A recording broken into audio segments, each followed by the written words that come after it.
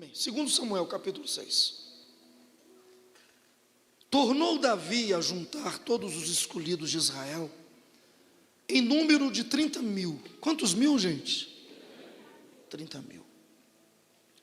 Dispôs-se em todo o povo que tinha consigo, partiu para Baalá de Judá, para levarem de lá para cima a arca de Deus, sobre o qual se invoca o nome do Senhor dos Exércitos, que se assenta acima dos querubins. Puseram a arca de Deus num carro novo e a levaram da casa de Abinadab, que estava no outeiro, e Uzá e Aiô, filhos de Abinadab, guiavam o carro novo. Davi e toda a casa de Israel alegraram-se perante o Senhor, com toda sorte de instrumentos, pau de faia, com harpas, com saltérios, com tamborins, com pandeiros e com símbolos. Quando chegaram à eira de Nacon, estendeu Uzá a mão à arca de Deus e a segurou, porque os bois tropeçavam. Então a ira do Senhor se acendeu contra Uzá, e Deus o feriu ali por esta irreverência, e morreu ali junto à arca de Deus. Desgostou-se Davi, porque o Senhor irrompera contra Uzá, e chamou aquele lugar Pérez Uzá, castigo de Uzá até o dia de hoje. Temeu Davi ao Senhor naquele dia, e disse: como virá a mim a arca do Senhor? Não quis Davi retirar para junto de si a arca do Senhor para a cidade de Davi, mas fez levar à casa de Obed-edom, o geteu. Ficou a arca do Senhor em casa de Obed-edom, o geteu. Quanto tempo, gente? Esse é o desafio. 3 meses. E o Senhor o abençoou, e a toda a sua casa. Então avisaram a Davi, dizendo: o Senhor abençoou a casa de Obed-edom e tudo quanto tem, por amor da arca de Deus. Então foi, pois, Davi com alegria, fez subir a arca de Deus da casa de Obed-edom à cidade de Davi. Sucedeu que quando os que levavam a arca, olha lá, gente, tinham dado quantos passos? O que Davi fazia? Sacrificava a ele bois, carneiros gordos, carneiros cevados. Davi dançava com todas as suas forças diante do Senhor, estava cingido com uma estola sacerdotal de linho. Pode se assentar, por favor. Davi era o rei de Israel. O rei de quê? E Davi sabia que ele podia ter um trono, ele podia ter um trono, ele podia ter um palácio, ele podia ter um reino, mas sem a presença de Deus ele não iria muito longe. Querido, você pode ter um emprego, você pode casar, casei, você pode arrumar uma casa. Nossa, pastor, estou morando numa casa linda. Você já viu gente assim? Começo é maravilhoso, né? Estou morando numa casa que só precisa ver mas se não tiver o Barzilai da presença de Deus, você não vai chegar muito longe. Porque o diabo não tem problema em te dar hoje, porque ele dá com uma mão e pega com as duas. Então, quando a gente começa uma coisa, parece que vai dar certo, mesmo sem a presença de Deus. Não vai dar tudo certo. Você descobre que vai dar tudo errado no meio do caminho. Quem está aí, gente? Quem está ligado? Então o rei Davi, pastor Jefferson, sabia, tinha noção que não adiantava ele ter palácio, não adiantava ele ter reino, ia perder tudo se Deus não tivesse com ele. Ponto. Essa é a mensagem. Se Deus não estiver com você, não importa o que você tem, você vai perder.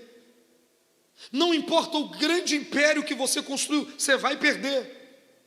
Se Deus não estiver respaldando você, se Deus não estiver controlando, sustentando, vai perder. Aí o que Davi fez? Ele sabia da importância da presença de Deus. Ele reuniu 30.000 homens para ir à casa de um homem chamado Abinadab. Como é que chamava o cara? Por que ele foi com 30.000 homens à casa de Abinadab? O que eu quero chamar a sua atenção é a importância que Davi deu para a presença de Deus. Ele era o rei, ele podia ter mandado um soldado buscar, mas não mandou.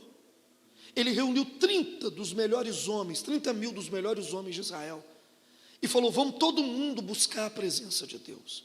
Domingo, irmão, tinha que vir todo mundo da sua casa, tinha que vir todo mundo da sua família, tinha que vir todo mundo. Você precisa dar para Deus a importância que Ele tem. Davi sabia da importância, então ele reuniu 30.000 pessoas para buscar a presença de Deus. A arca estava na casa de Abinadab já há 20 anos. Não sei se dá tempo de eu explicar isso para vocês, mas olha para mim. A arca é aquele objeto que está lá no fundo, está vendo? Dá para pegar lá? Aquilo é uma réplica da arca que Davi mandou buscar. Essa arca tinha sido construída por um homem chamado Bezaliel, sob ordens de Deus no ministério de Moisés. Deus falou: você vai fazer uma arca de ouro puro, vai colocar 2 querubins em cima dela. Falou com Moisés: e aonde essa arca estiver, eu vou estar. Eu faço um pacto, onde a arca da aliança, por isso que ela chama arca da aliança, aonde ela estiver, eu também vou estar. Quem está aí, dá glória a Deus. Essa arca andou nos ombros de Josué na batalha de Jericó, andou nos ombros de Moisés quando abriu o Mar Vermelho. Essa arca esteve com o povo de Deus em todas as vitórias, entendeu, pastor Jefferson? Em todas as vitórias de Israel no passado, a arca esteve com eles. Só que a Bíblia diz que no livro de 1 Samuel, o povo começou a fazer tudo errado, e Deus então permitiu que o inimigo levasse a arca, os filisteus levassem a arca para a terra deles. Esse é um período da história em que Deus permitiu que o inimigo levasse a arca, e eles levaram. E o tempo em que a arca ficou lá com o inimigo, a Bíblia diz que ela destruiu, sozinha, sem exército, sem homem, sem ninguém, ela destruiu a terra dos filisteus. A arca tem poder de destruir todos os seus inimigos. Diga para o irmão: a arca tem poder de destruir a enfermidade na sua casa. Você entrar com ela dentro de casa e ela consumir o câncer como se ele fosse gripe. Ah, meu Deus, ela tem poder de vencer doenças terríveis como se não fosse nada. Eu creio na presença de Deus. Pelo amor de Deus, quem crê, dá um glória a Deus aí. Amigo, se você levar a Deus, Ele destrói teus adversários sozinho, sem ajuda. Olha para o irmão e diga: Deus não precisa de ajuda para isso. Quem daí? A arca destruiu tanto o inimigo na terra dos filisteus, que eles resolveram devolver a arca. O inimigo não conseguiu ficar com ela, mesmo ela sendo de ouro pura, valia hoje bilhões de dólares. Mesmo ela sendo toda de ouro, ninguém conseguiu ficar com ela. O inimigo não conseguiu, porque ela destruía o inimigo. O que eu vou te dar vai destruir seus inimigos. Quem está aí? Quem está ligado? Mas quando o inimigo resolveu devolver a arca, ele construiu um carro. Os filisteus construíram um carro de boi, colocou ela em cima do carro de boi e mandou os bois ir andando pela estrada em direção de Israel. Então a arca foi levada para Israel de volta num carro de boi, ideia do inimigo. Ideia de quem? Do inimigo. Engraçado que você vai perceber que o inimigo fez as coisas, tocou na arca, fez o carro de boi e mandou, e Deus não fez nada com eles. Quando eles devolveram, Deus não fez nada. Agora ela ficou na casa de um homem chamado Abinadab 20 anos. 20 anos. Depois que eles devolveram, está dando para entender? Depois que eles devolveram a arca, ela ficou na casa de Abinadab 20 anos. Na casa do inimigo ela venceu o inimigo. Diga: na casa do inimigo ela venceu o inimigo. E na casa de Abinadab, o que ela fez? Nada. 20 anos ela ficou lá e não aconteceu nada. Aiô e Uzá moraram naquela casa 20 anos com a arca e não aconteceu nada. Porque Deus é do tamanho que você crê que Ele é. Diga para o irmão, Deus é do tamanho que você crê que Ele é. Aí Davi, pegou a história agora? Aí Davi se torna rei de Israel. E ele falou, sem a presença de Deus eu não vou longe. Aonde está a arca? Está na casa de Abinadab. Vamos lá buscar. Ele reúne 30 mil homens e vai buscar. Só que Davi, em vez de pegar a arca e colocar nos ombros e carregar ela, ele segue a ideia de quem? Do inimigo. Irmãos, nem tudo que o inimigo, que o mundo vê, você pode fazer. Olha para quem está ao seu lado, nem tudo que o mundo faz, eu posso fazer. Os filisteus mandaram a arca de volta num carro de boi, Deus não importou. Deus não importou. Mas agora, quando Davi colocou a arca num carro de boi, Deus se importou. Deus falou, não, eles podem fazer assim, porque eles não são meus, mas você é meu. Você eu não permito fazer assim. Porque ela tinha que andar aqui, ó, nos ombros, não no carro de boi. O que eu estou tentando te dizer é o seguinte, deixa eu andar um pouco na história. Na medida em que o carro de boi foi andando, o carro de boi balançou, a arca fez com que ia cair. Um dos filhos de Abinadab, chamado Uzá, que conviveu com a arca quantos anos? Estendeu a mão para segurá-la. Quando ele pôs a mão na arca, veio um raio do céu e partiu ele no meio. Com as tripas dele caiu para fora, só dele tocar na arca. Pergunta para mim, por quê? Os filisteus fazem isso e não acontece? Mas o homem de Deus faz isso e morre? Porque, irmãos, nem tudo que as pessoas lá fora fazem, você pode fazer. Mas por que Deus não castiga eles? Porque eles já estão castigados, condenados ao inferno. Você não. Você está condenado ao céu.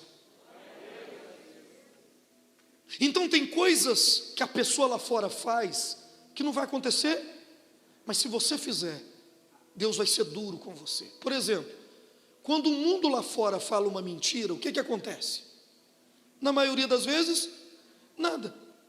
Mas Ananias e Safira contou uma mentira dentro da igreja e morreram na hora. Por quê?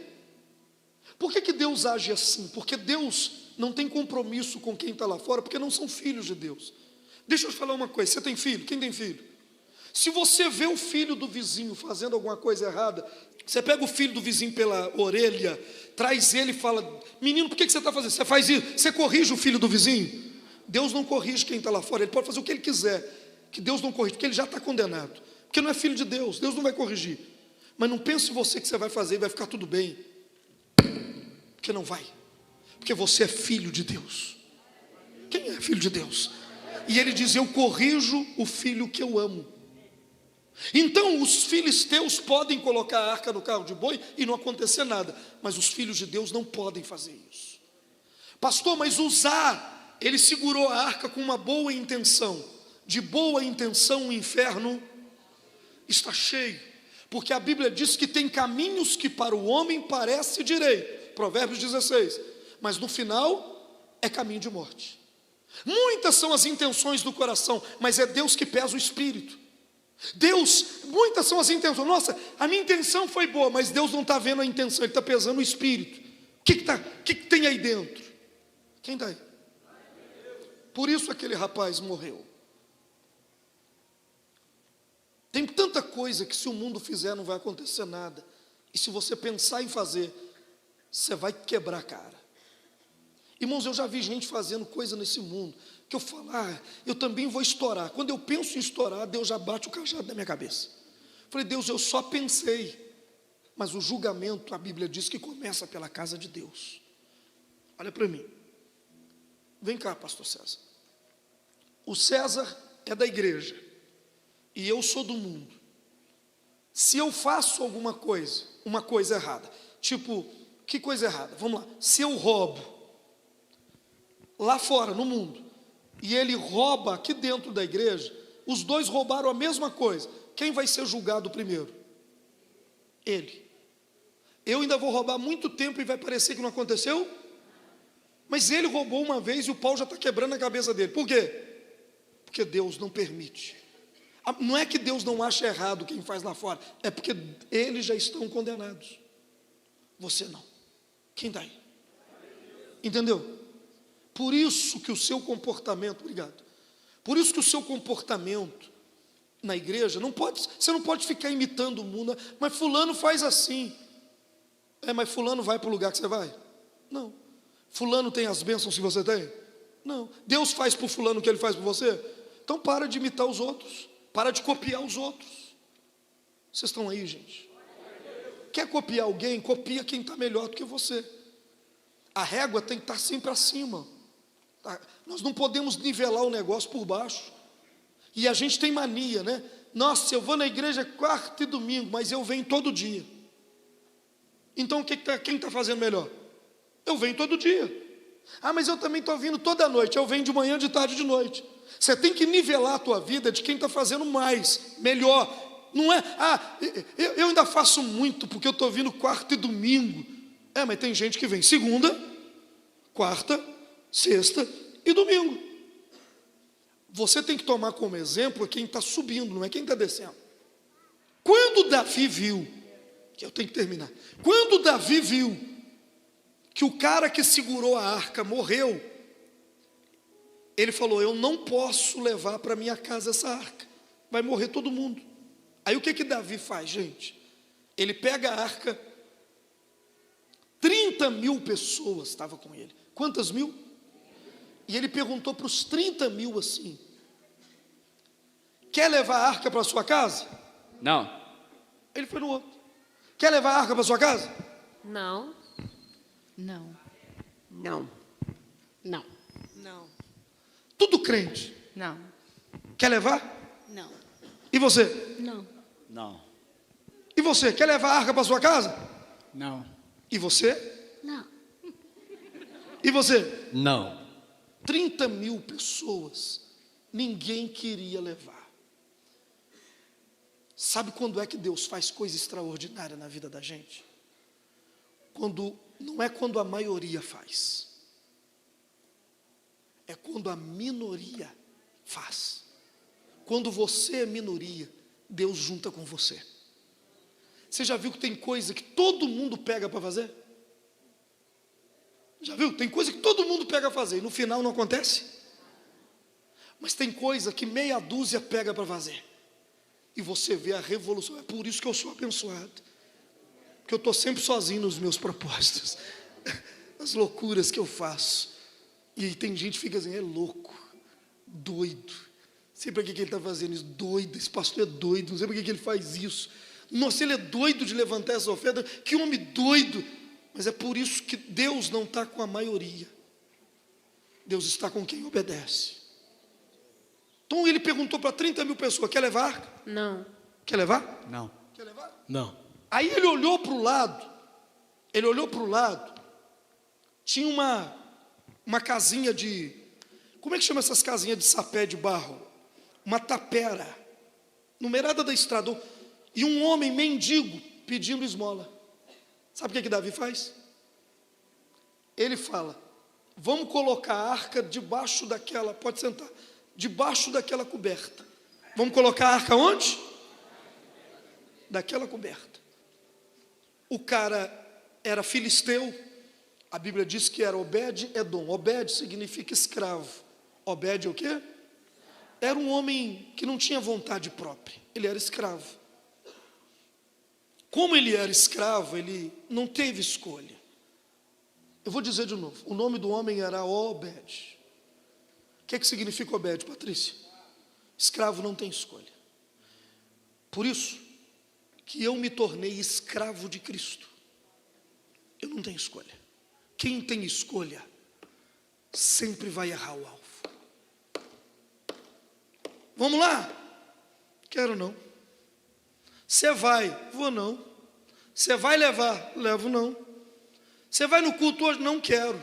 Você vai fazer aquilo, não é a minha vontade, porque você é livre. Quando o cara é escravo de Cristo, ele fala: levanta, senta, levanta a mão, dá glória a Deus. Tudo que faz, ele faz, tudo que fala, ele faz, porque ele é escravo. Nós não somos mais escravos do mundo, mas somos de Cristo. Ele é Senhor. Ele é Senhor da nossa vida. Como Obed era um escravo, ele teve escolha. Davi falou: a arca vai para sua casa. O que ele falou? Sim, senhor. E ele tinha, o Obed-Edom viu o cara morrendo, tocando na arca. Mas ele não tinha escolha. Quando a gente não tem escolha para as coisas de Deus, é que as coisas começam a acontecer. Quando você ainda tem escolha, por isso que você fica desse jeito. O Obed-Edom não teve escolha. Davi falou: a arca vai para sua casa. Ele falou: sim, senhor. 30 mil falou não, mas ele disse: sim, senhor. E Davi foi embora, deixou a arca na casa dele e foi embora. Olha para mim, querido, quem está aí? Está aí, irmã? Olha só, não faz o que você quer, faz o que Deus está mandando. Não passa pela sua cabeça fazer um punhado de coisa, não é?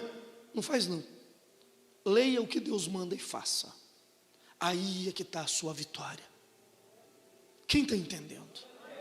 Olha para o irmão do lado e diga: não faça as coisas do jeito que você pensa. Abandone o seu plano e abrace o propósito de Deus para a tua vida. Não faça do jeito que você quer, faça do jeito que Deus manda, mesmo que pareça que você vai morrer. Obed-Edom falou: eu vou morrer, mas eu tenho que obedecer. E Davi vai embora e larga a arca na casa dele. Eu fui lá. Eu fui no lugar, na casa de Obed-Edom. Ela existe até hoje. Sabe aonde ficava a casa dele? No deserto. Fincada no deserto.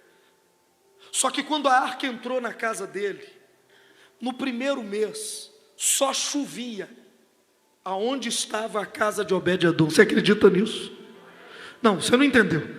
Quando ele põe a arca na casa dele, só chovia na casa dele. O resto ficava seco, só na casa dele que chovia. Ele tinha poços secos, os poços de água da casa de Obed-Edom começaram a jorrar água viva. As árvores secas começaram a produzir frutos. Pássaros viajavam pelo deserto e pousavam nos galhos em volta da casa de Obed-Edom, porque a presença de Deus vai trazer prosperidade para a tua casa. Levanta uma mão, não uma é pouco, levanta as duas. Repete comigo: a presença de Deus vai mudar a realidade de onde eu vivo. Pega na mão de 3 irmãos e diga: a presença de Deus muda a realidade. Eu queria ouvir um glória a Deus. Aleluia, eu queria ouvir um glória a Deus. Eu vou dizer de novo: a presença de Deus muda a realidade das coisas. Diga comigo, diga: a presença de Deus muda a realidade. Onde tem doença vai ter saúde. Aonde tem briga vai ter paz. Aonde tem gente perdida vai ter gente se achando, se encontrando. Aonde não tem sono à noite vai ter sono para dormir. Eu profetizo que a presença de Deus vai mudar a realidade dos seus dias e a realidade da tua vida. Pelo amor de Deus, quem crê, dá glória a Deus. Diga: a presença de Deus muda a realidade. Uau! Primeiro mês, a casa de Obed-Edom começa a prosperar. Guilherme, ele para de pedir esmola. Deus começa a fazer tudo acontecer na vida dele. Primeiro mês da arca na casa dele. A mulher desse homem era estéril. Era o quê? Sabe o que aconteceu no segundo mês? Ela ficou grávida de gêmeos. Ele teve filhos. Não foi um filho, não. Filhos. Abriu a madre dela. Quem está aí? No terceiro mês, quem passava na estrada não reconhecia o lugar. Dizia: esse lugar era aquele lugar deserto, é aquele mesmo lugar, porque ninguém mais reconhecia aquele lugar. No terceiro mês, o lugar mudou completamente. Obed-edom mudou, a casa dele, tudo mudou. O que ele teve que fazer? Ser um escravo, só que agora da pessoa certa. Você sempre vai ser escravo. Por exemplo, a Bíblia diz assim: quem pede emprestado, vira escravo de quem o empresta. Você já pediu emprestado dinheiro para alguém? Já ou não? O que você vira dessa pessoa? Escravo dela. Ela olha para você assim, ó. E você? Não é assim? Pede favor para alguém. Sabe como é que você fica? Escravo. Quem está aí? Agora você tem que aprender a ser escravo da pessoa certa. Obed-edom agora era escravo de Deus, fazendo o que Deus queria, sem questionar. Entendeu, Fabrício? Sem questionar. E Deus invadiu a casa dele com toda a glória, a ponto de no terceiro mês alguém avisar para Davi assim. Põe para mim o versículo de número 12. Então, diga comigo, então avisaram a Davi. Fala com o seu irmão, eles vão avisar para quem te desprezou que Deus está abençoando você e sua casa. Pega na mão do irmão do lado e diga: eles vão mandar, eles vão avisar, eles vão ficar sabendo do que vai acontecer na sua vida. Ah, eu prefiro a obediência cega. Ah, eu prefiro a obediência cega a Deus do que a liberdade que vai me levar para a morte e para a destruição. Quem está aí, dá um glória a Deus. Avisaram para Davi. O que avisaram a Davi? O Senhor abençoou a casa de Obed-edom e tudo quanto tem, por amor da arca de quem? Deus não amava Obed-edom, Deus amava a arca. E aonde a arca estava, Deus prometeu: eu vou estar. Quem está aí? Em resumo, Deus deu uma casa para Obed-edom. Ele tinha uma tapera. Eu fui na casa dele. Você um dia vai lá comigo. Quando você entrar lá, você vai ver a casa que Deus deu para Obed-edom. Está lá o local da casa. E eu quero fazer essa campanha, porque Deus vai te dar uma casa. Pega na mão do irmão e diga: ninguém aqui vai pagar aluguel mais. Diga para ele. Quantos jovens até 28 anos temos aqui? Até 30, levanta. Não, até 30. Quantos jovens vai até quantos anos, gente? 34 vai? Deixa eu falar com você. Jovem não vai pagar aluguel, Deus vai te dar a sua casa.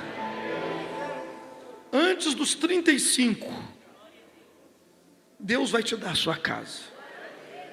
Pega na mão de um jovem do lado e fala com ele assim: ó, você não vai morar com a sua mãe, ô infeliz. Deus vai te dar a sua casa própria. Você vai pôr banheira no seu banheiro.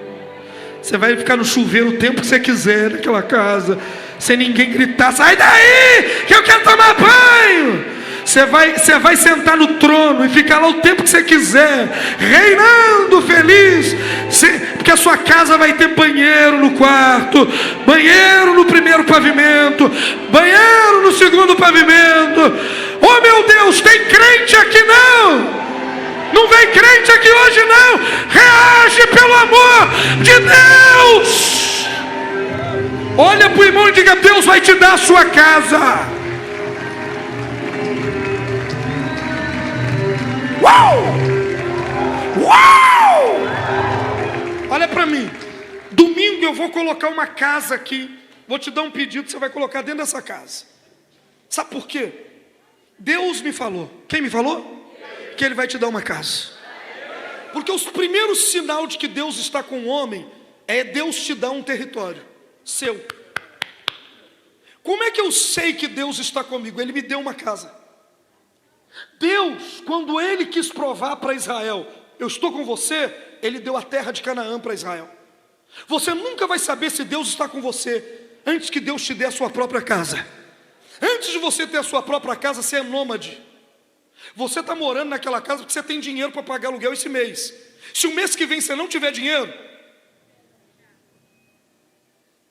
Quando eu era menino, 18 anos, eu vim ser pastor, eu falei, meu Deus, se o trem der tudo errado, como é que eu faço? Com João Pedro, com Lucas, como é que eu faço? Onde eu vou enfiar esses meninos? Aí eu ficava assim, eu vou entrar lá para o mato dentro, vou ver se eu compro um lote no Carrapicho, vou ver se eu compro um lote em qualquer lugar, porque se der tudo errado, a gente faz uma casinha de barro, igual o João de Barro, e eu enfio esses meninos lá. Olha a minha cabeça, tem jeito de dar errado com Deus? Tem jeito. Aí quando Deus quis provar que Ele estava comigo, Ele me deu uma terra por herança. Diga para o irmão com o dedo de profeta, Deus vai te dar uma terra de herança. Antes do dia 31 de dezembro meu Deus, só quem crê. A arca ficou na casa de Abinadab, não aconteceu nada, mas Obed-edom mudou em 3 meses. Eu vou dizer, antes do dia 31 de dezembro, você vai ter um pedaço de terra seu. Se você crê, aplauda Jesus bem forte. Bem forte. Pastor, não acredito.